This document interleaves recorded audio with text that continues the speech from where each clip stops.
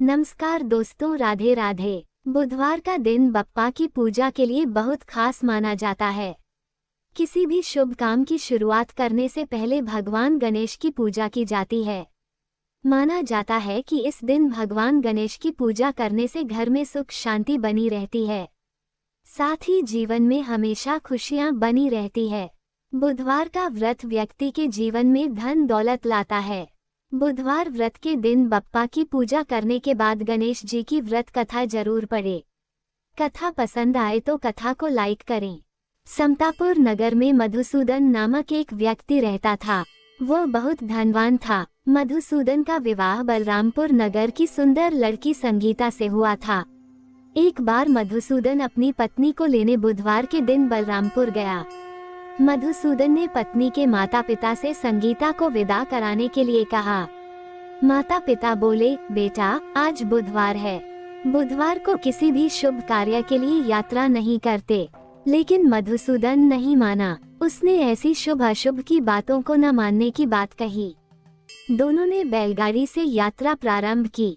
2 कोस की यात्रा के बाद उसकी गाड़ी का एक पहिया टूट गया।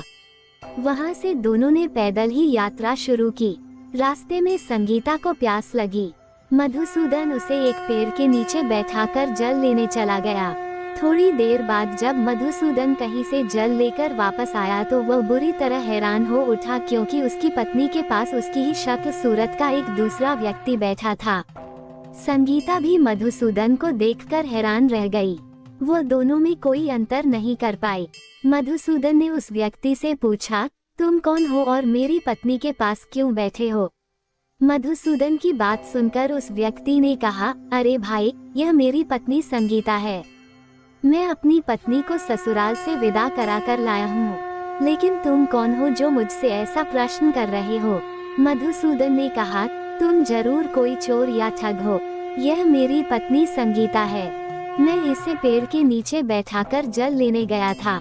इस पर उस व्यक्ति ने कहा, अरे भाई, झूठ तो तुम बोल रहे हो। संगीता को प्यास लगने पर जल लेने तो मैं गया था। मैंने तो जल लाकर अपनी पत्नी को पिला भी दिया है। अब तुम चुपचाप यहाँ से चलते बनो, नहीं तो किसी सिपाही को बुलाकर तुम्हें पकड़वा दूंगा। दोनों एक दूसरे से लड़ने लगे। उन्हें लड़ते देख बहुत से लोग वहाँ एकत्र हो गए। नगर के कुछ सिपाही भी वहाँ आ गए। सिपाही उन दोनों को पकड़कर राजा के पास ले गए। सारी कहानी सुनकर राजा भी कोई निर्णय नहीं कर पाया। संगीता भी उन दोनों में से अपने वास्तविक पति को नहीं पहचान पा रही थी। राजा ने दोनों को कारागार में डाल देने के लिए कहा। राजा के फैसले पर असली मधुसूदन भयभीत हो उठा। तभी आकाशवाणी हुई, मधुसूदन, तूने संगीता के माता पिता की बात नहीं मानी और बुधवार के दिन अपनी ससुराल से प्रस्थान किया। ये सब भगवान बुद्धदेव के प्रकोप से हो रहा है।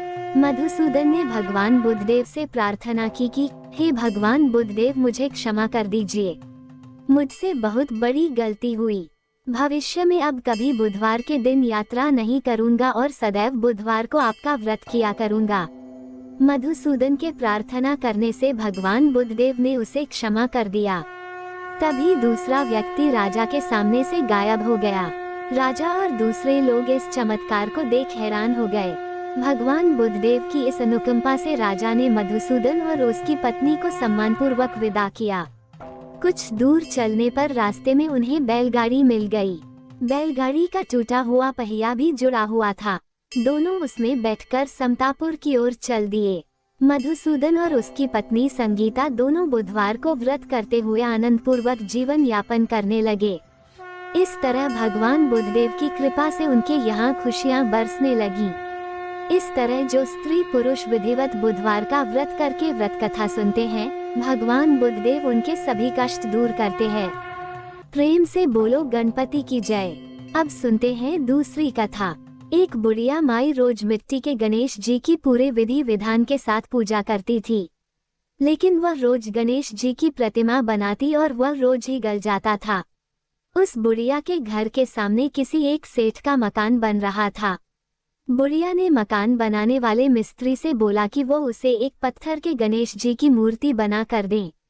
मकान बनाने वाले कारीगर ने बुढ़िया माई को बोला कि जितनी देर में हम तुम्हारे के लिए गणेश जी की मूर्ति बनाएंगे उतनी देर में हम अपनी दीवार पूरी कर देंगे।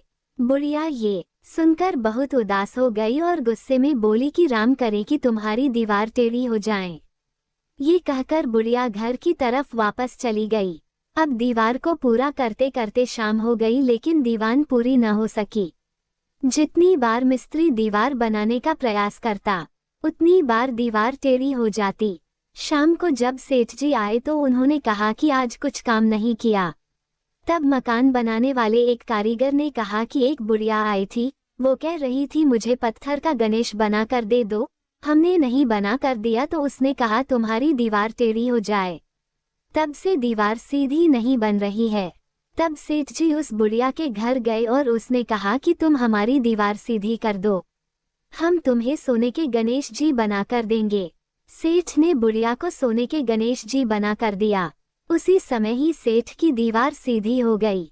ये देखकर बुढ़िया ने गणेश जी से प्रार्थना करते हुए कहा कि जैसे सेठ की दीवार सीधी की वैसे ही सबकी जीवन की दीवार को सीधा करना। प्रेम से बोलिए गणपति की जय।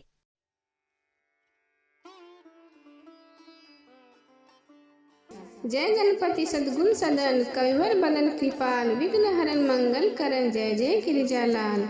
जय जय जय गणपति गरजाजू मंगल भरन करन शुभ काजू। जय गज बंदन सदन सुखदाता विश्व विनायक बुद्धि विधाता। वक्क तुंड सुचि सुंड सुहावन तिलक त्रिपुंड भाल मन भावन। राजत मणि मुक्तन उर्माला स्वर्ण मुकुट सिर नयन विशाला। पुस्तक साणी कुठार त्रिशूल मोदक भोग सुगंधित फूल। सुंदर पीताम्बर तन साजित चरण पादुका मुनि मन राजित। धनी शिव सुवन पड़ाड़न भाता गौरी लाल विश्व विख्याता। रिद्धि सिद्धि तव चंवर सुधारे मूसक वाहन सोहत द्वारे। कहो जन्म शुभ कथा तुम्हारी अति सूची पावन मंगलकारी।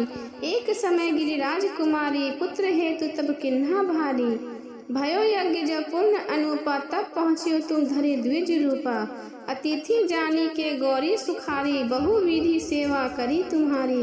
अति प्रसन्न होवे तुम वर दिन्हा मातु पुत्र हित जो तप किन्हा। मलही पुत्र तू ही बुद्धि विशाला बिना गर्भ धारण यही काला। गणनायक गुण ज्ञान निधाना पूजित प्रथम रूप भगवाना। अस कहीं अंतर ध्यान रूप हवे पालन पर बालक स्वरूप हवे। बनी शिशु रुदन जब ही तुम ठाना लखी मुख सुख नहीं गौरी समाना। सकल मंगन सुख मंगल गाहुई नात में सूरन सुमन वर्षा वही।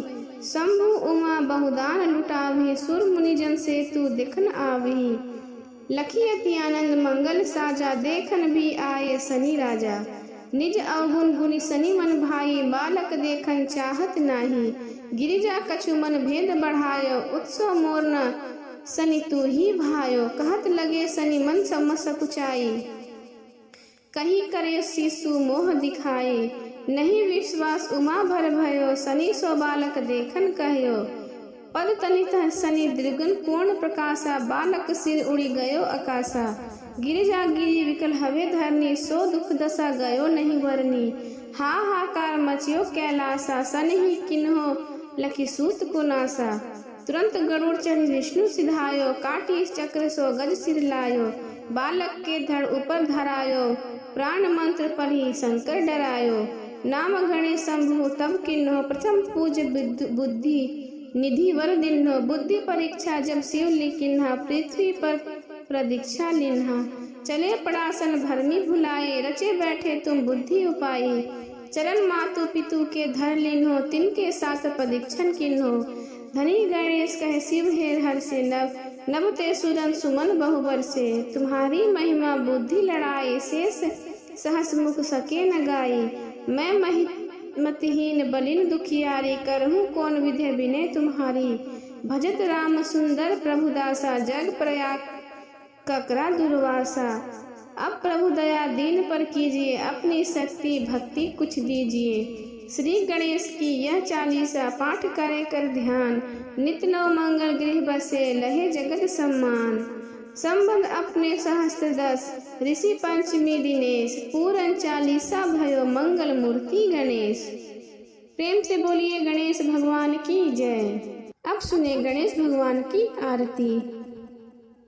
सुख करता दुख हरता वार्ता विघ्नाची, नुरवी पूर्वी प्रेम कृपा जयाची, सर्वांगे सुंदर उठी सिंदूराची, कंठी झलके माल पुक्ता फलाची।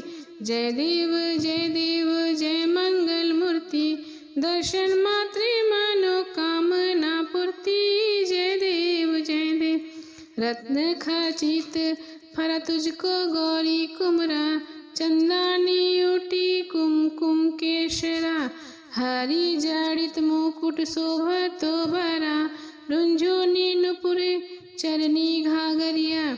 जय देव जय मंगल मूर्ति, दर्शन मात्रे मनोकामना पूर्ति। जय देव लंबोदर पीतांबर फरिवर वंदना, सरर सोंड वक्रतुंड त्रियणा, दास रामाचा वाटे पाहिषदना, संकटि पावे निर्वाणी रक्षावे सुरवर वंदना। जय देव जय मंगल मूर्ति, दर्शन मात्रे मनोकामना पूर्ति। जय देव सिंदूर लाल चढ़ायो अच्छा गजमुख को, तो निर्दिल लाल विराजे सुत हरि गौरी को, हाथ लिए एक लड्डू साई सुरवर को, महिमा कहे न जाए लागद हूँ पद को। जय देव जय मंगल मूर्ति, दर्शन माते मनोकामना पूर्ति।